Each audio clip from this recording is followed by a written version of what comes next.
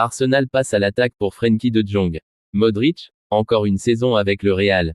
Antoine Griezmann pourrait faire ses valises cet été. La Juventus fonce sur Ademola Lookman. C'est le programme de la boîte aux lettres. Abonne-toi, ça commence maintenant.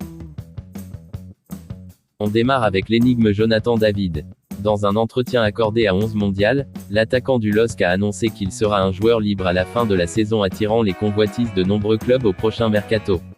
Avec 20 buts et 9 passes décisives cette saison, l'attaquant canadien est l'un des buteurs les plus réguliers de Ligue 1. Son profil polyvalent, rapide et efficace devant le but, en fait une recrue idéale. Ce week-end, le Guardian a informé que West Ham souhaiterait se positionner pour recruter le buteur de 25 ans. La Juventus et l'Inter Milan suivent également le dossier. En Serie A, nul doute que le Canadien pourrait exploser comme Osimhen l'a fait à Naples. Cependant, d'autres clubs pourraient entrer dans la danse et une surprise n'est pas à exclure.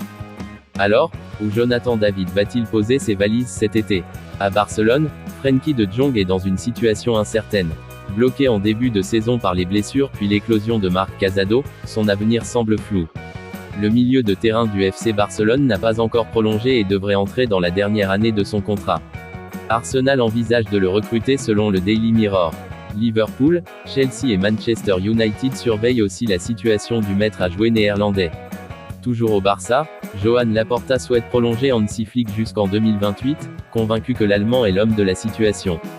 Fraîchement élu entraîneur du mois pour la 3e fois cette saison, Flick a reçu ce trophée comme un beau cadeau pour ses 60 ans. Avec cette prolongation dans les tuyaux, le Barça affiche sa confiance en son coach pour bâtir l'avenir du club.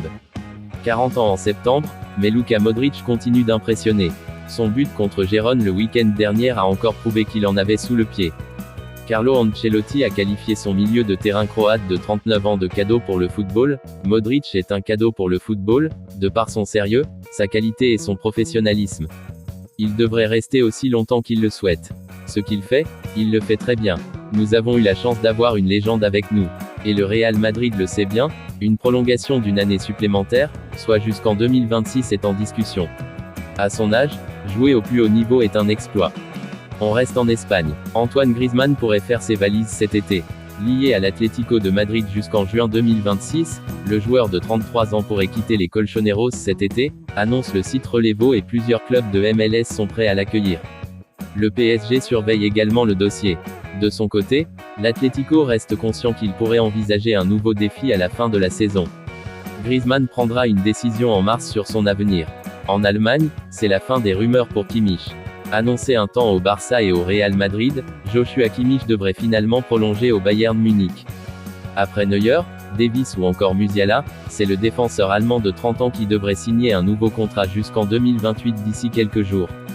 Les derniers détails doivent encore être clarifiés. Direction l'Italie où la Juventus prépare déjà son mercato. Victor Osimhen, Joshua Zirkzee et Ademola Lookman sont les principales cibles du club de Turin.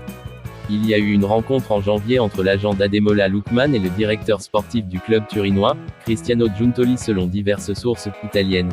L'ailier nigérian, en froid avec son entraîneur Oredor, est déjà prévu de quitter l'Atalanta de Bergame au prochain mercato, indique le journaliste Fabrizio Romano, et la Juve pourrait bien être sa prochaine destination.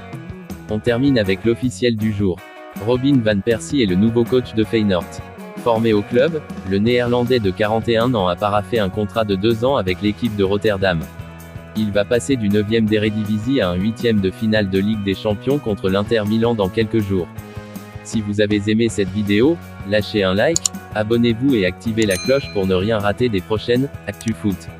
À bientôt.